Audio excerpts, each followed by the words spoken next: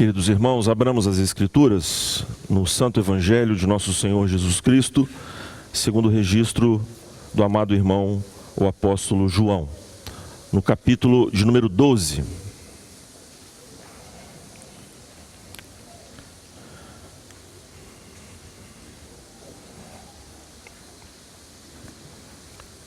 Evangelho de João, capítulo de número 12, versículo de número 28.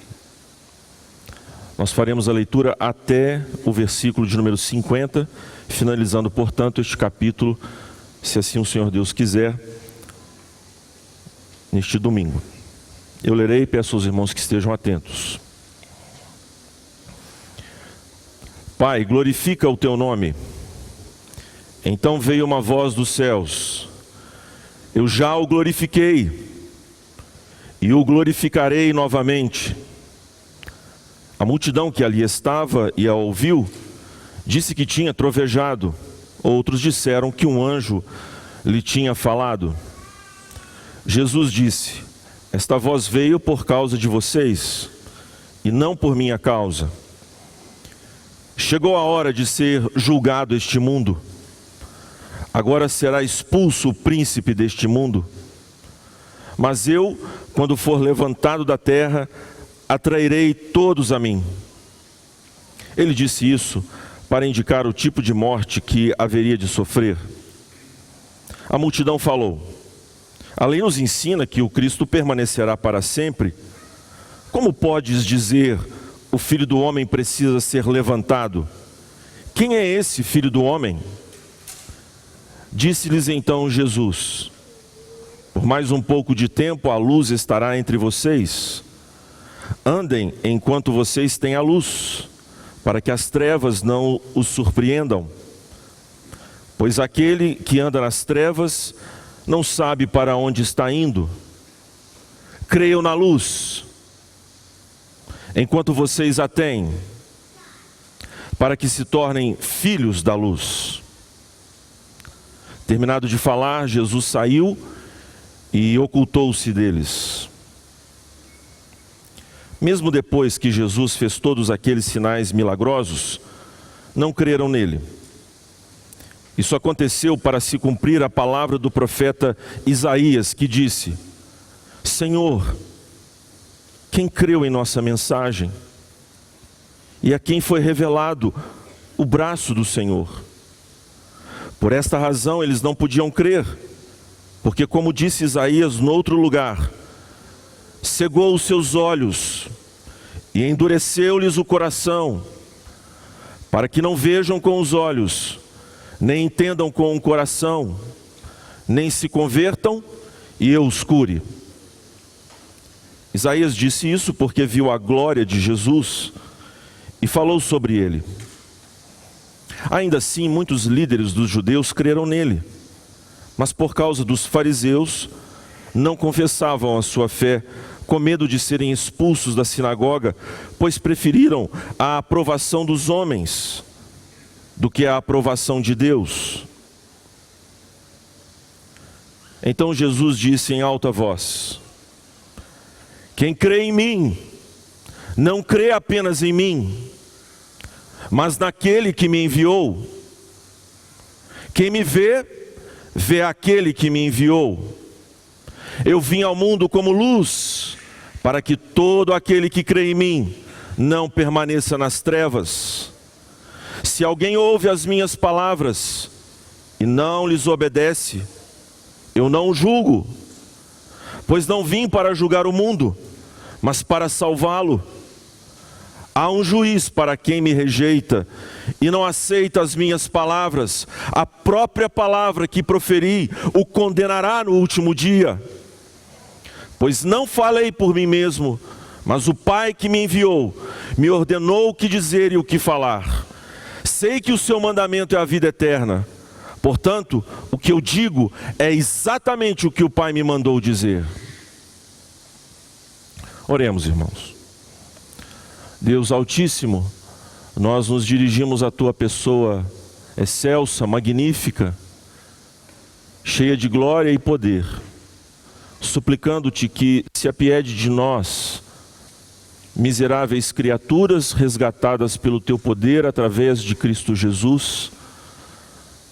E portanto, ó Deus, carecemos da tua graça, do teu favor, sobretudo nesta caminhada que agora o Senhor mesmo nos fez empreender, nos chamando eficazmente, pela voz poderosa de teu Filho, na mensagem fiel do Evangelho.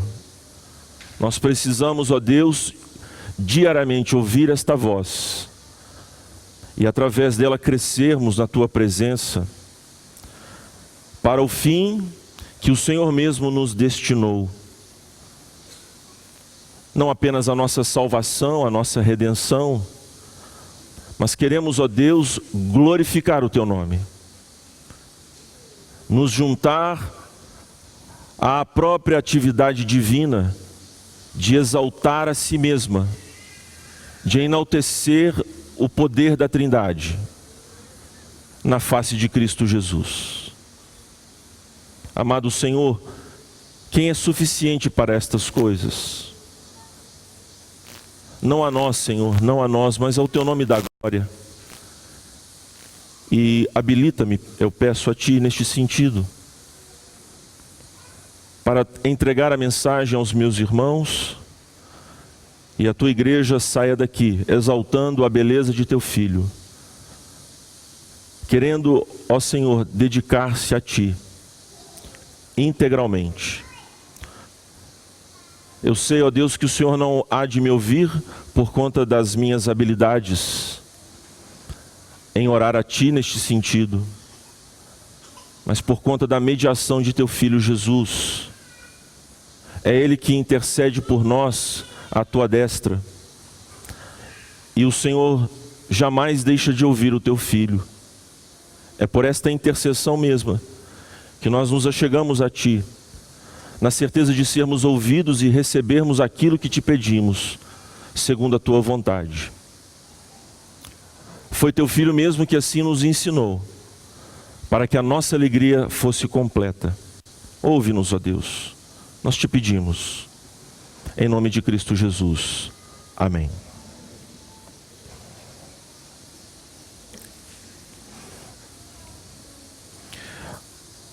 Na semana passada, meus irmãos, nós fomos instruídos pelo nosso pastor acerca do Evangelho de João, no capítulo de número 12, falando a respeito do encontro do Senhor Jesus, ou melhor, do pedido dos gregos, aqueles que foram até Jerusalém para adorar na Páscoa, para conhecer Jesus. E de acordo com o ritmo do Evangelho, nós sabemos que após a entrada triunfal do Senhor em Jerusalém, a multidão estava detectando no Senhor Jesus Cristo, apenas de maneira triunfalista, os seus feitos. Eles não divisaram exatamente quem o Senhor Jesus é. E consequentemente nós temos esta palavra dura do Senhor Jesus em relação às multidões que o ovacionam, que lhe querem bem, mas não querem de fato uma relação salvífica, uma relação redentiva com esse Jesus que veio ao mundo para resgatar aqueles que o Pai lhe dera na eternidade. E ficamos surpreendidos, pois, à vista do pedido dos discípulos, transmitindo o desejo daqueles gregos, no capítulo 12, versículo 20, a seguir, parece então que o Senhor Jesus não lhes dá nenhuma resposta. Contudo, meus irmãos, esta resposta agora virá. Em resumo, o que está acontecendo neste encontro com o Senhor Jesus, que envolve esses gregos, os seus discípulos e também o restante da multidão que o ouve, é que esses gregos que querem conhecê-lo, querem escrutiná-lo, querem colocar Jesus sob a sua dissecação, para ver se de fato aquilo que se ouve de Jesus é realmente o que ele diz e faz. O Senhor Jesus se recusa a colocar-se sob o escrutínio desses homens, por uma questão muito óbvia, meus irmãos. Não se trata dos homens quererem conhecer a Jesus, ao final de todas as contas, mas de Deus se dar a conhecer aos homens. É disso que se trata este portentoso e majestoso Evangelho. Os homens que doravante experimentam a conversão, assim acontece com cada um deles por causa do poder de Deus. E o Senhor Jesus, no versículo 28 a seguir, vai então deixar isto claro, explícito, para aqueles homens helenizados, os gregos aqui, certamente influenciados pelos os dogmas de sabedoria, bravura, que faz parte do DNA da cultura helênica de então. Os poderes de retórica, de convencimento, as argumentações. E o Senhor Jesus não é propriamente este mestre, embora de fato tenha todos esses atributos nele. Mas não é apenas uma questão de conhecer a Jesus nestes termos, mas conhecê-lo como Redentor, como Salvador, como o crucificado. O Senhor Jesus então profere esta resposta a esses homens, meus irmãos, dos versículos de número 28 a 36. O Senhor fala a respeito da glória da sua cruz, do triunfo da sua cruz e do juízo da sua cruz. Não há neutralidade ao ser erguido o Filho de Deus pendurado no madeiro. Os olhos que miram a este Jesus crucificado não podem ficar ilesos ao efeito desta cruz.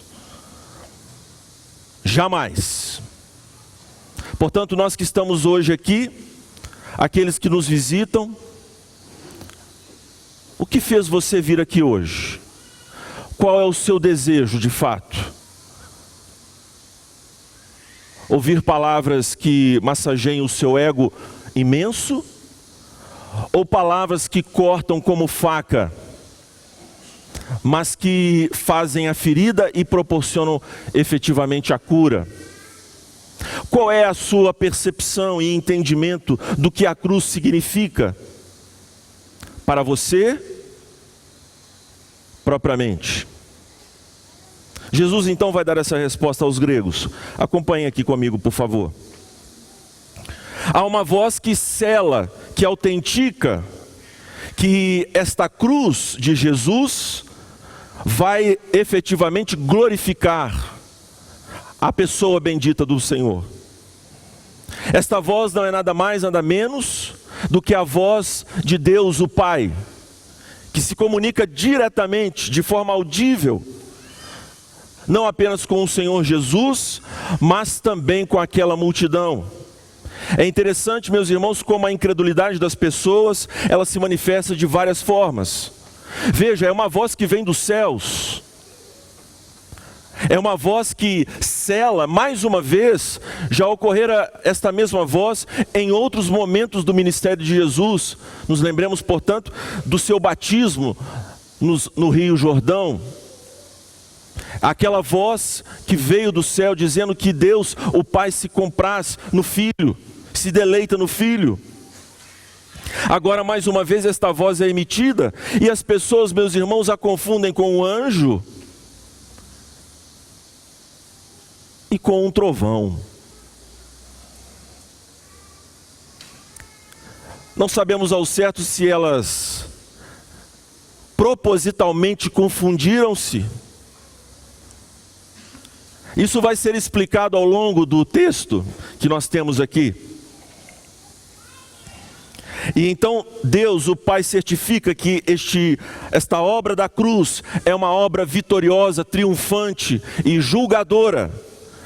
Tudo isso está envolvido neste intento do Senhor de glorificar a Jesus. Glorificar no sentido de revelar quem Cristo é. Abrir as cortinas celestiais e mostrar efetivamente quem é este Cristo que vai ser levantado da terra.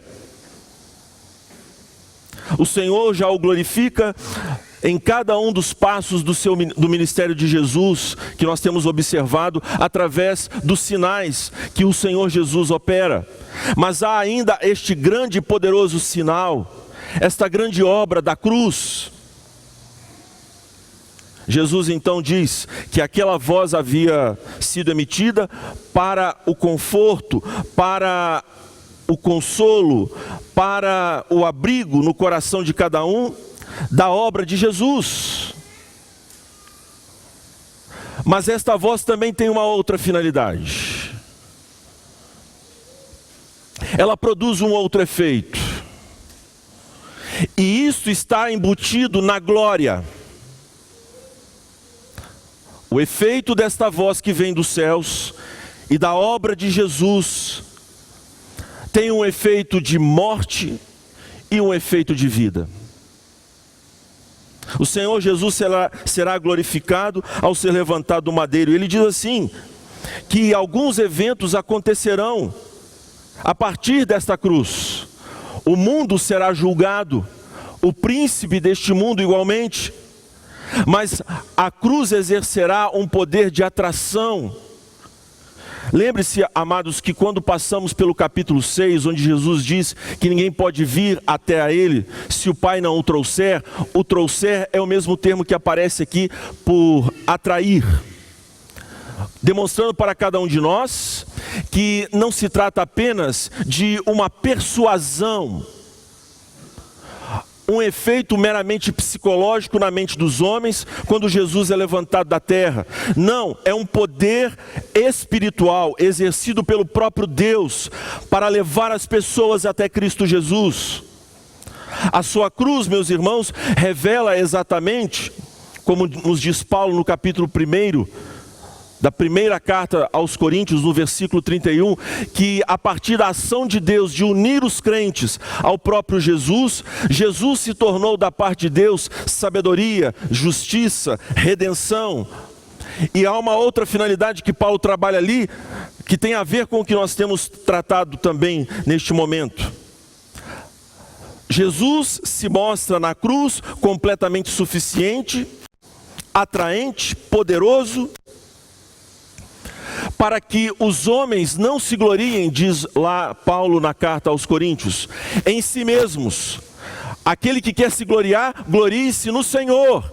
A cruz, então, meus irmãos, tem este poder de comunicar aos crentes um orgulho, uma exultação.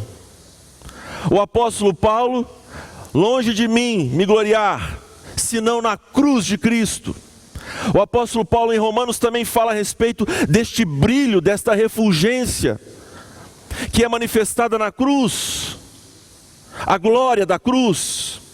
Embora sendo uma cruz maldita, uma morte terrível, mas ali está revelada a sabedoria de Deus em pagar a dívida dos pecadores com Ele mesmo, unir judeus e gentios, e unir céus e terra, formando, portanto, uma família, reunificando todo o cosmos em um só ato, o ato de Jesus na cruz. Por isso que o centurião, ao ver Jesus pendurado, se movendo até expirar, o homem que é luz se fez trevas, se colocou debaixo de trevas. Verdadeiramente, diz o centurião, este é filho de Deus. Diante do horror da cruz, ele percebeu a magnitude da cruz e não ficou indiferente a ela. Este é o poder da cruz que atrai os homens. Você que está aqui, portanto, nesta manhã, foi atingido provavelmente por esta atração irresistível. E cá você está de joelhos dobrados, adorando a esse Jesus, e você aprendeu a exultar nesta cruz, não apenas porque ela lhe proporcionou perdão, justificação, santificação e tudo mais, mas porque há de fato da sua parte uma alegria, um motivo de louvor. É o meu Cristo que está pendurado, eu exulto nisto, eu amo esta verdade, porque você compreendeu que a fraqueza se fez força, e lá está Jesus, e cá estamos nós. Mas há também entre nós aqueles que provavelmente estão olhando para esta cruz, e ela não tem o efeito que tem sobre a vida de outros. Você não quer morrer para si mesmo, você não quer levar a sua vida até a cruz, você ainda não aprendeu a ter prazer naquela morte proporcionada através do efeito espiritual da cruz dentro de nós, onde os dias vão se passando e nós vamos como que nos despedindo deste mundo e já não achamos mais graça em uma série de questões e coisas e ações neste mundo. Para você a cruz é apenas um pobre coitado que produz um efeito psicológico de piedade em seu coração, mas que não transforma a sua vida. Se você está entre estes, hoje é o dia do arrependimento, hoje é o dia da salvação, porque não há nenhum outro efeito mais poderoso provocado por Deus no coração do crente, senão este de querer morrer com o seu Senhor, de se juntar a Ele à semelhança da sua morte, para experimentar o poder da sua ressurreição. Este é o poder da cruz, este é o prazer que obtemos na cruz, e só soberanamente comunicado por Deus. Veja, os gregos queriam conhecer a Jesus, mas Jesus diz que é Ele quem atrai. Não é uma questão da pessoa querer apenas, mas dele exercer este poder de atração. Eis aí a resposta de Cristo Jesus para os ensoberbecidos gregos e as multidões triunfalistas.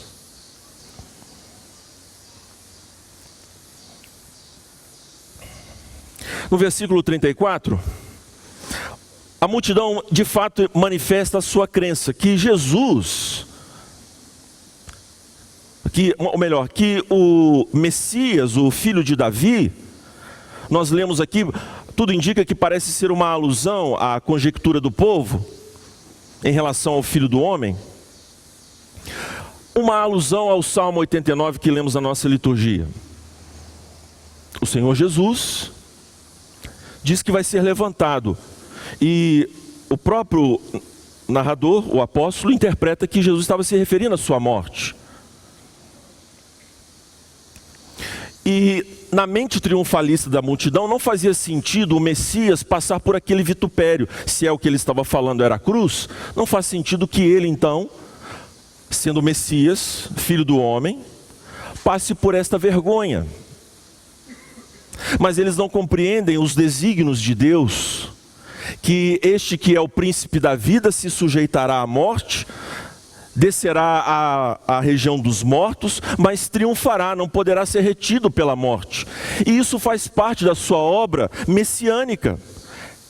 É por esta razão que ele não é apenas um mestre de palavras, mas ele é um fiel e poderoso redentor.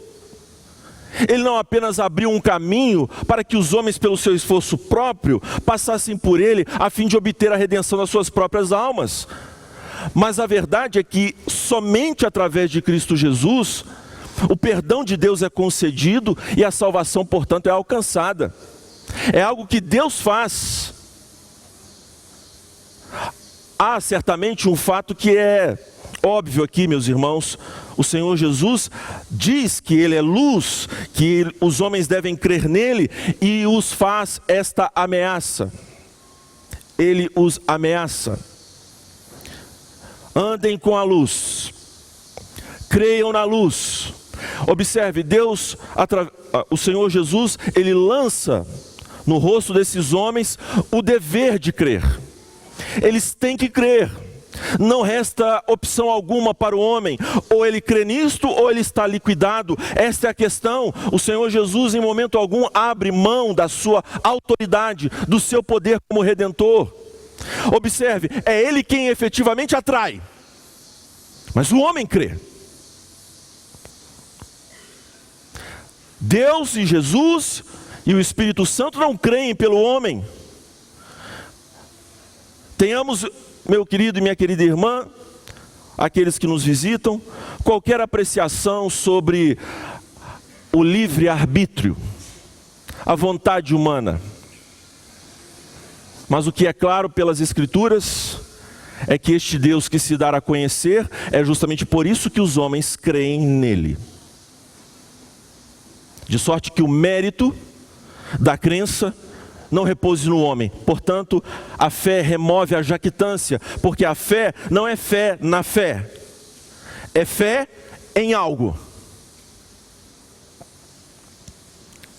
E misteriosamente, no versículo de número 36, Jesus se oculta deles. Atrai e se oculta. E então começa João a narrar este episódio, a trazer mais detalhes para nós sobre o que está acontecendo nesta palavra de Jesus e na sua ocultação. A ocultação de Jesus e a atração de Jesus. Dois movimentos diante desses olhos incrédulos. Aí do versículo de número 37 a 42, a 43, desculpe. Nós vamos ver, irmãos, que esta glória de Cristo,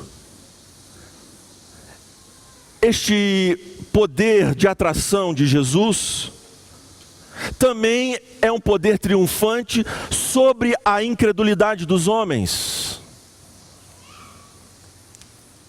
Pois os homens podem ter esse sentimento de que tudo depende deles.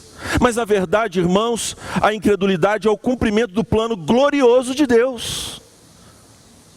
E a glória de Deus é revelada neste triunfo sobre a incredulidade dos homens. Vejamos então, veja, o nosso querido narrador nos dá dois textos de Isaías. Nós sabemos que Isaías é um profeta dentre os outros, que trabalham com muito material messiânico. Ele tem várias profecias relacionadas a Cristo Jesus. Mas observe a mente apostólica. Ele pinça um texto do cântico do servo sofredor.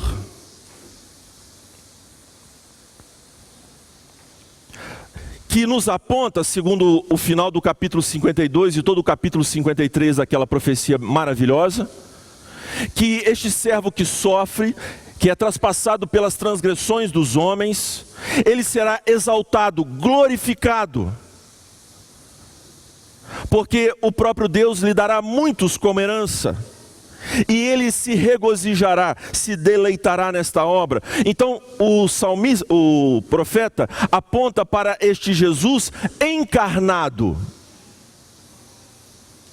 Mas a segunda profecia pinçada por Isaías fala de um tempo terrível onde a incredulidade graçava na terra de Israel, onde um bom rei reformador no início do seu reinado parecia apontar para um novo tempo, mas isso tudo esboroou, a esperança degringolou. E no ano da morte do rei Uzias, o profeta então recebe esta visão poderosa.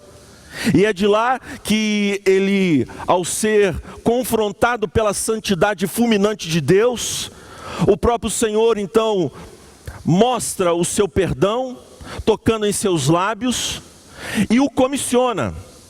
Temos ali quem Deus é, quem Isaías é, e o que Isaías deve fazer a partir deste encontro com a santidade de Deus. E o Senhor o comissiona para um ministério infrutífero. Isaías recebe uma profecia de que a sua palavra será usada para o entorpecimento espiritual daqueles que, já duros em seus corações, se recusam a ouvir a palavra da profecia. O ministério do Senhor Jesus então põe para se cumprir, coloca em rota de cumprimento esta profecia. E a palavra de Deus é clara no versículo 39. Por esta razão, a incredulidade com o trovão, com a voz confundida com o trovão, a incredulidade com o Filho do Homem, está totalmente sob o controle de Deus. Por esta razão, eles não podiam crer, porque, como disse Isaías no outro lugar,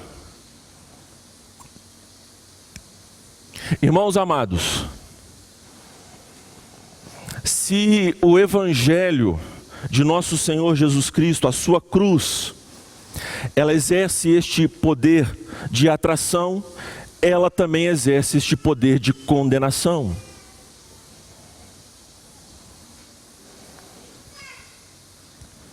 É um julgamento feito por Deus ao mundo. Ali está selado, meus irmãos, o destino do povo de Deus e dos incrédulos, da massa dos incrédulos. Deus, irmãos, vai ser glorificado através da sua bondade, resgatando demônios encarnados, homens que pecaram do mesmo modo que o diabo, querendo destronar Deus e serem autônomos em suas vidas. Esta é a raiz do pecado, onde os homens querem dizer para si mesmos como eles devem ser na sua vida, querem ser leis para eles mesmos. Este é o pecado, e daí tantas outras corrupções. Mas Deus quis salvar para mostrar a sua bondade. Irmãos amados, na queda de Adão e Eva no Éden, Deus não sacou da manga um plano B. Ele levou avante o seu plano de fazer com que os homens o conheçam. O pecado não trouxe à tona, meus irmãos, um plano que o Senhor Deus não sabia que ia, por conta de alguma situação que Deus não previu. Muito mais do que isso, a queda foi ordenada por Deus. Algumas pessoas têm problema com esse termo, mas Deus tem poder de ordenar o pecado e não se envolver com ele. Pastor, como é isso? Não sei. Mecanicamente, como ele faz, impossível de saber.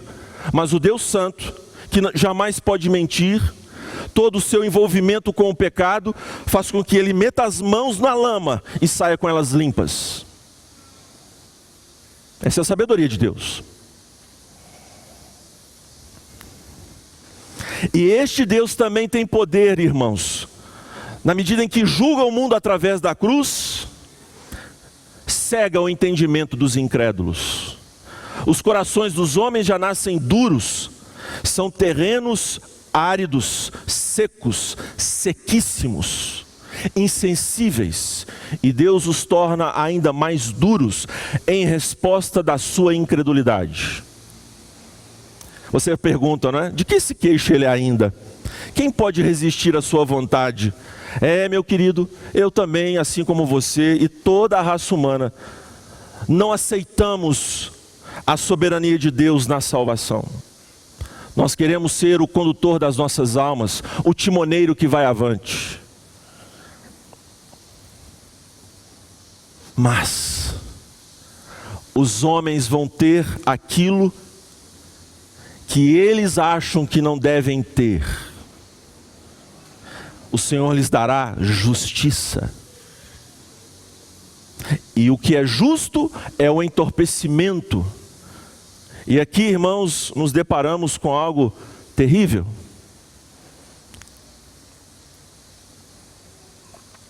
Porque este julgamento é também na cena que Isaías vê lá do Cristo glorificado. João diz que Isaías falou sobre Jesus. Os comentaristas divergem sobre o que de fato seria este termo, este falar sobre Jesus. Eu entendo, meus irmãos, que se trata do Senhor Jesus pré-encarnado, como anunciei há pouco. E esse Senhor Jesus Cristo, pendurado na cruz, a sua palavra proclamada, exercerá este entorpecimento profetizado por Isaías. Você se lembra de Faraó? Deus queria, com a sua sabedoria, naquele ato de redenção, que aponta para a redenção em Cristo, fazer com que o coração de Faraó fosse endurecido. E assim o Senhor fez. E o meio que Deus usou foi o mesmo para lançar a fé no coração de cada um dos israelitas, a sua palavra. A palavra exercendo este duplo efeito, como faca de dois gumes que é, de entorpecer, deixando que o coração reaja como ele naturalmente reagirá diante da pregação, com ferocidade, com indignação, com rejeição. E isto se reverte no endurecimento do coração. E foi este efeito então que Deus produziu no coração de Faraó.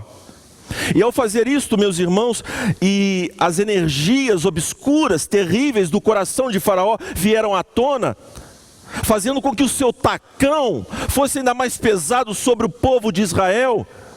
E com a sabedoria de Deus, irmãos, este ato do Senhor fez com que os israelitas clamassem pela salvação divina, dependessem de Deus e compreendessem que o Deus que com braço forte, mão poderosa, tira o homem do Egito, é Deus quem faz isto. Não há nenhum outro capaz desta obra. É Deus quem tira o povo. E o povo precisaria entender, através do endurecimento do coração de Faraó, este seu poder. Quem sabe o povo confiaria em Moisés. Abobalhados como são os homens, achariam que alguma perspicácia sua, algum argumento, fez com que Faraó cedesse. Mas, irmãos, enigmaticamente, Deus fez isto. Endurecia a Faraó e usava o endurecimento de Faraó para abençoar o povo. A cruz, portanto, de Jesus, irmãos, ela triunfa. Ela exerce esse poder. Na medida em que a igreja anuncia o evangelho, meus irmãos, e através deste anúncio os corações são endurecidos. Ah, quantos corações foram endurecidos. O Senhor Jesus diz que a partir do evangelho, os inimigos dos homens serão os da sua própria casa. À medida que pais evangelizam seus filhos, filhos evangelizam seus pais, o tempo vai passando e a dureza vai se revelando ainda mais terrível, ao ponto da blasfêmia. E nós, meus irmãos, nos assustamos com esta reação, mas atentai, porque esta é a reação que glorifica ao Pai, que glorifica a Deus. Por mais absurdo, hediondo que aos nossos olhos, às nossas sensibilidades isso possa parecer, mas eis o triunfo da cruz, meus irmãos. Ninguém engana o Senhor. O ímpio aparecerá e a própria palavra vai entorpecê-lo, vai endurecer este homem, esta mulher.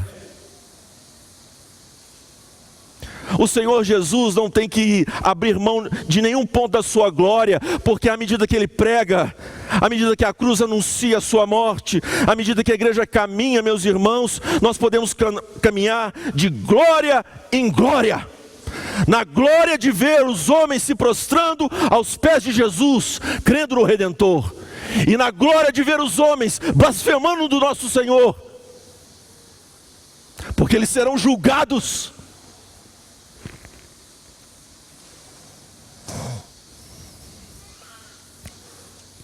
Isso disse Isaías, porque viu a glória dele.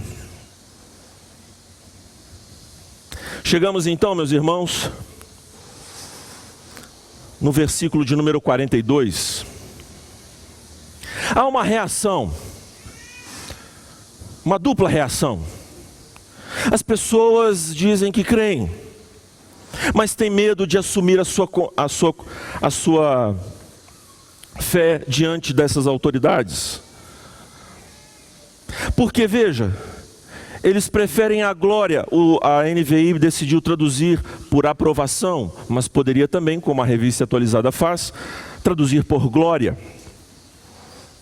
Os homens preferem os aplausos das pessoas do que a cruz que lhes propõe não apenas, meus irmãos, a redenção, a morte para si mesmos, mas a cruz em que os homens não podem jamais crer por si mesmos nela.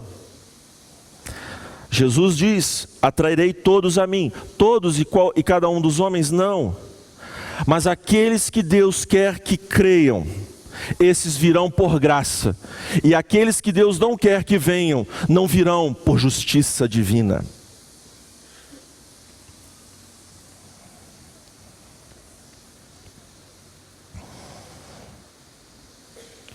E aqui está uma das razões dessa incredulidade. Os homens querem a glória dos homens, a aprovação dos homens.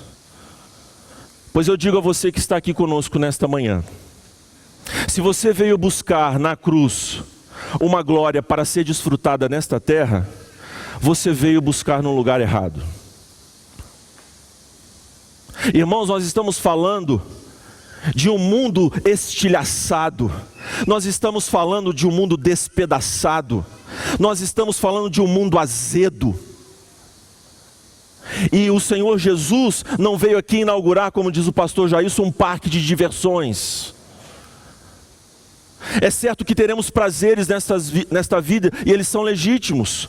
Mas, amados, a cruz nos inseriu numa mortificação diária, e nós tomamos prazer nesta morte, porque esta morte é vida.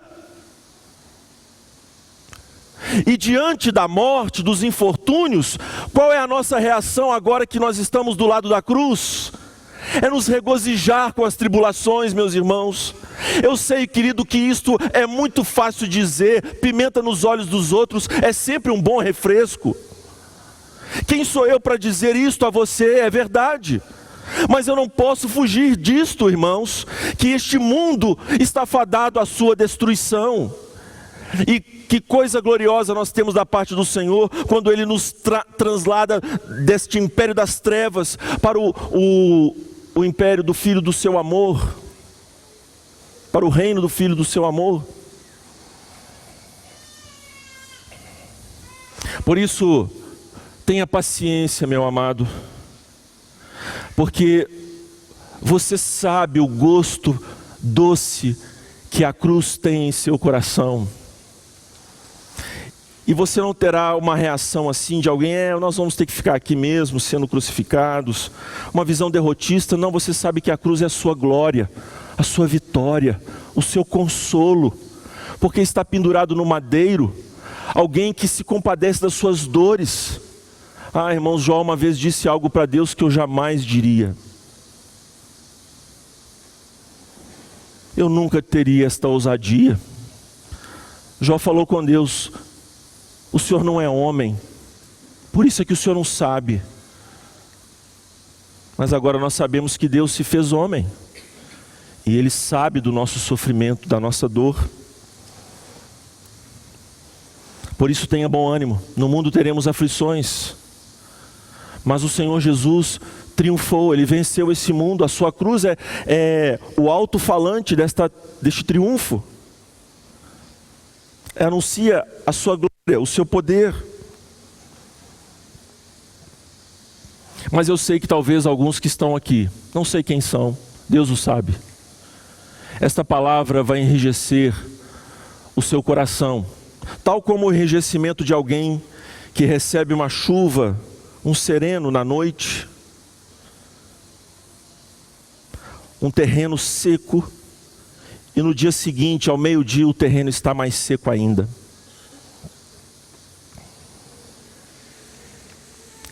Chegamos então ao final, meus irmãos, da nossa passagem.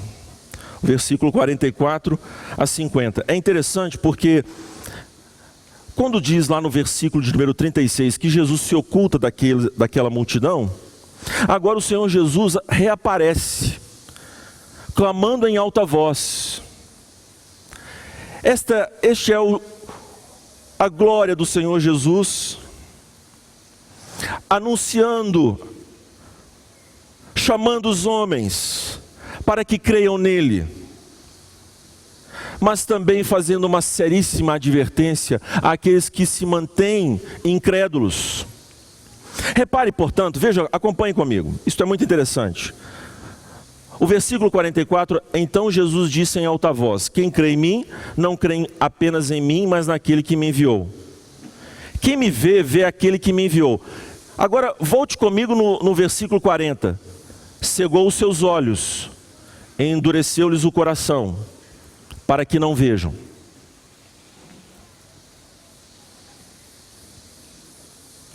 Depois no versículo 47, se alguém ouve as minhas palavras e não lhes obedece, eu não julgo. Ver, ouvir.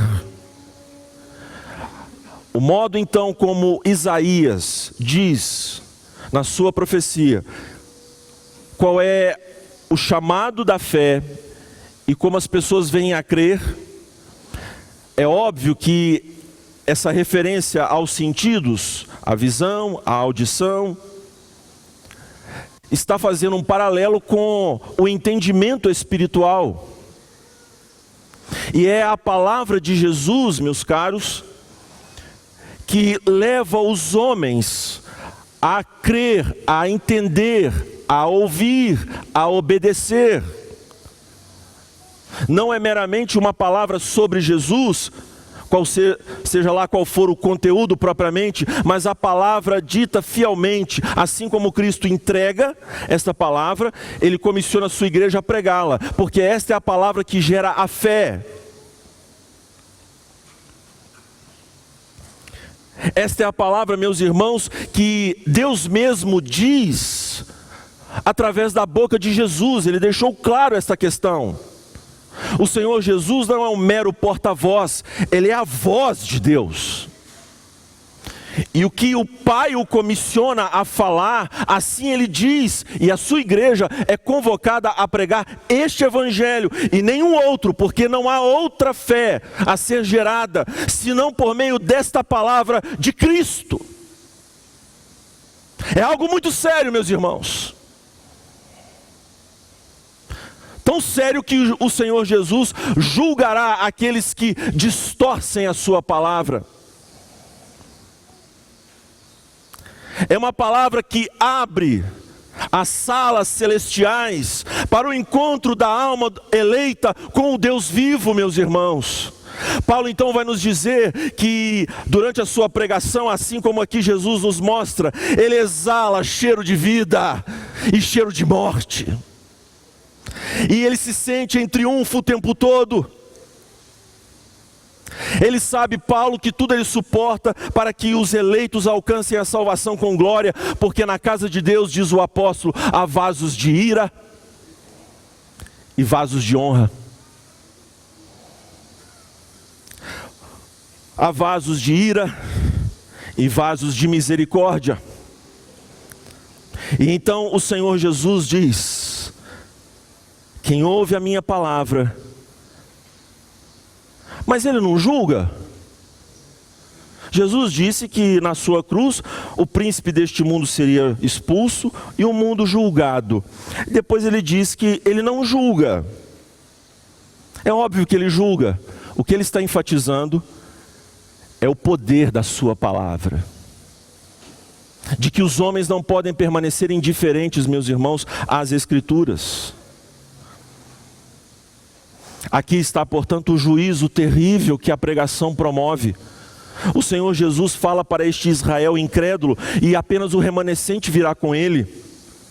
A seguir, daqui em diante, no capítulo 13 até o final, o Senhor Jesus se volta exclusivamente para os seus discípulos e para a comunidade que se agora agremia em torno dele. E nós temos então este capítulo que termina de forma assim, tão rude. Tão rude. Mas veja o apelo amoroso do nosso Redentor. Sei que o seu mandamento, Jesus diz, é a vida eterna. O Pai quer conceder vida. Aqueles que estão aqui podem obter esta vida não apenas no começo da sua fé, mas vida cristã diária. Vida de consolo, conforto, vida triunfante sobre as misérias deste mundo, vida de vitória até mesmo sobre a morte. É uma certeza absoluta de que estamos seguros para todo sempre nas mãos deste Redentor amoroso. Nada nem ninguém, meus irmãos, pode nos arrebatar das suas mãos amorosas. Mas há aqueles que talvez estão ouvindo nesta manhã esta palavra de Jesus. E esta palavra hoje vai julgá-lo. Irmãos, temei e tremei diante do Deus que vos fala. Não é apenas a voz de um homem, mas é a voz de Deus nesta manhã a falar e exortar aqueles sonolentos, de que este Deus poderoso, que quer salvar, pode lhe endurecer. Ah, mas se você está entre aqueles que de fato creem, você vai resistir, você vai espernear, você vai dizer eu não aceito, não é dessa forma, mas é isso que você vai fazer um dia livremente. Eu quero essa cruz. E os que estão aqui, que já estão inseridos nesta narrativa e nestas ações redentivas de Deus, de crucificação do seu ego, levando dia após dia a sua cruz, sairão daqui reanimados. Eu estou no caminho certo, eu estou morrendo dia a dia para mim mesmo e experimentando a vida de Deus. É o poder de Deus, não sou mais eu que vivo, mas Cristo vive em mim, e a vida que levo agora eu vivo na fé do Filho de Deus. Maravilha! Quando então as lutas começam a se aproximar de você, você começa a entender que aquilo que é para fazer o homem sofrer é revertido em sua vida para lhe fazer crescer. Você não é um crente triunfalista, mas você sabe que o caminho que dá para a vida eterna é um caminho estreito. Vamos cantar a sabedoria deste Deus, meus irmãos, nos colocando em pé mais uma vez. Eu devolvo a liturgia ao nosso pastor.